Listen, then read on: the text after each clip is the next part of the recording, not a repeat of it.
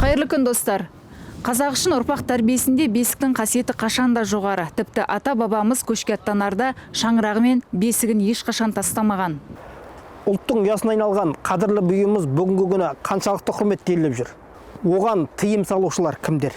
Бағалайық бағдарламасының бүгінгі шығарылымында аталмыш тақырыпты зерделейтін боламыз.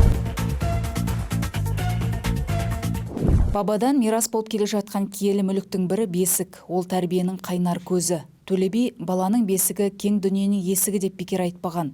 Оны халық отанның, елдің, туған жердің, отбасының рәмізіндей көреді. Соңғы уақытта қазақпен бірге жасасып келе жатқан ұлттық бұйымды ескіліктің қалдығы санайтындар көбейді. Шала қазақтарының шаңырағынан бесігіміз алыстап, бесік жыры айтылмайтын болды. Бабалар аманатында ел боламын десең бесігіңді түзе дейді. Ал Бауыржан Момышұлы мен бесік жоқ, үйден қорқамын деуінде де үлкен астар жатқандар. Өйткені халық даналығында бесігі бар үйдің берекесі бар деген тұшымды сөз бар. Ал бүгінгі қоғам бесіктің қадір қасиетіне жете алып жүр ме? Назарларыңыз бізде болсын. Расы бүгінгі таңда бесікті қоқысқа тастап жатқан жағдайларды көзіміз көріп отыр. Бұл туралы азаматтық пікіріңіз дұрыс па? Тастап жатқандарға не дейсіз? Сіз үшін бесік қаншалықты қадір қасиетке ие? Негізі мен осы қай жерден көрдім? Осы мына жақтан көрдім ба? Бір өтіп бара жатып қоқыс жатқан бесіктің негізі көзге дұрыс көрінбейді екен негізі. Негізі дұрыс емес деп ойлаймын енді өзім. Бесікті адам енді қоқысқа тастаймын енді. Өзім мысалға кеше жақында балалы болдым, бесікті біреуден сұрап алдым мысалға. Бесік енді өзіміздің ұлттық құндылығымыз, бір сөзбен айтқанда. Негізі үйде кішкентай бөпем бар, бесікке бөлеп жүрміз. Ал негізі ол бесік өзімнің күйеуімнің бесігі кішкентай кезінде жатқан. Неде жоғарыда, неде крышаның үстінде сақтап қойған. Дұрыс емес, қай күні мен де бір бесікті көріп жаман қорқып кеткенмін. Бесікке бала кезден мен жатып тербеліп, сода өскен балдарым бәріміз қоқыс атсақ қате деп ойлаймын. Бір сұраққа жауап берсең. Асық Өзіңіз үшін. қадір қасиеті жоғары ғой, өте жоғары ғой. Жоғарыға байлап іліп қоямыз өзіміз. Неше баламыз, неше немереміз, 5-6 ілініп тұр крышада. Енді мусор болса тастайтын шығар енді.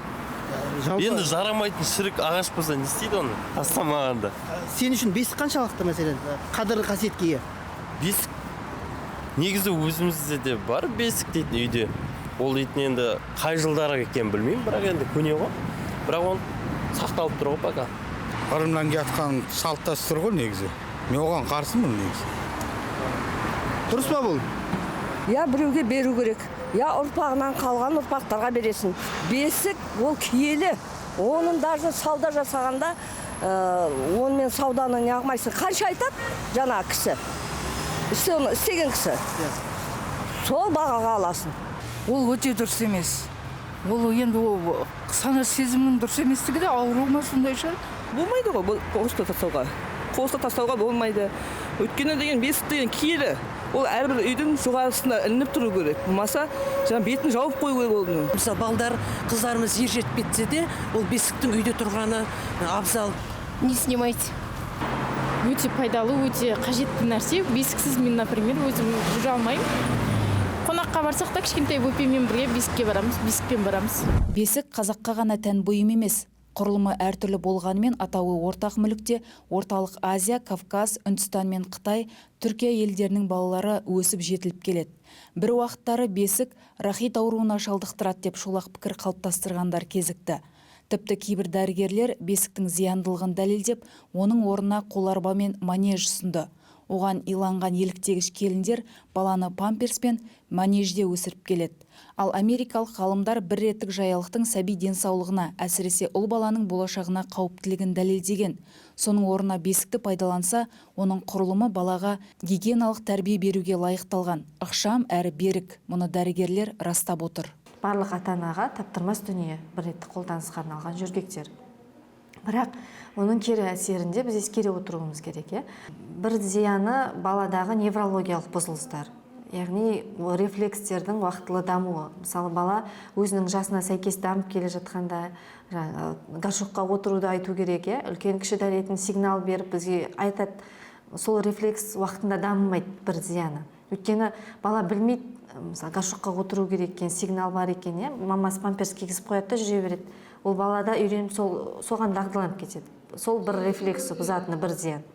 Көп бағдарламалар айтып жүр, ұл балаларда аталық бездердің жаңағы дамуына өзіндік зиян тигізеді деп. Бесіктің пайдасына келсек, пайдасын ұшан теңіз деп айтуға болады.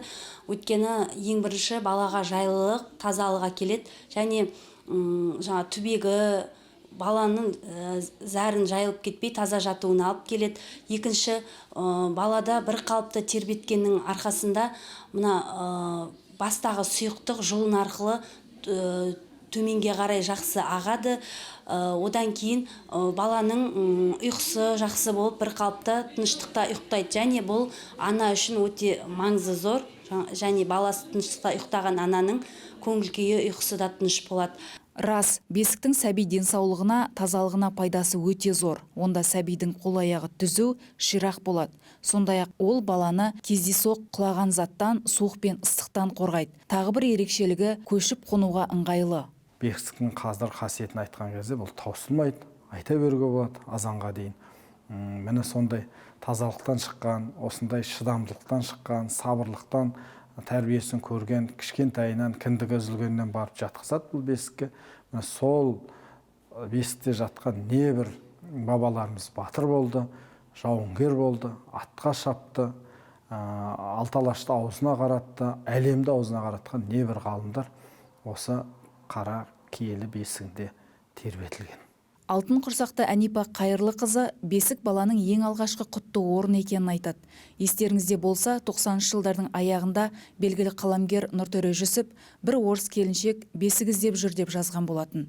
Жайлы болмаса, өзге ұлт өкілі бесік іздемес еді. Бесіктің негізі өте қадірлі, өте қасиетті, қадірлі.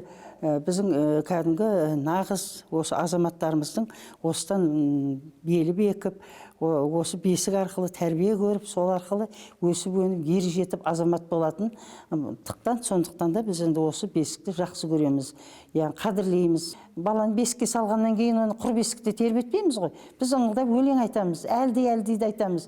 Әлди-әлди деген анау бұрынғы заманнан келе жатқан өлең ғой. Әлди-әлди ақ бөпем, ақ бесікке жат бөпем. Төрде бесік тұрса, төреде бас ет.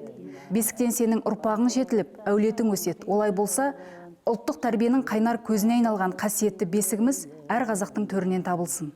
Қонысын тастаса да, бесігін тастамайтын бабалардың өмір жолы көпке өнеге. Қала берді бесіктің беті ашық тастаудан үлкендеріміз тыюшы еді. Ал айдың күннің аманда бесікті қоқысқа тастау беті ашылып кеткен қоғамның көрінісі емей немене. Кері кетпейді десек, барымызды бағалайық ағайын.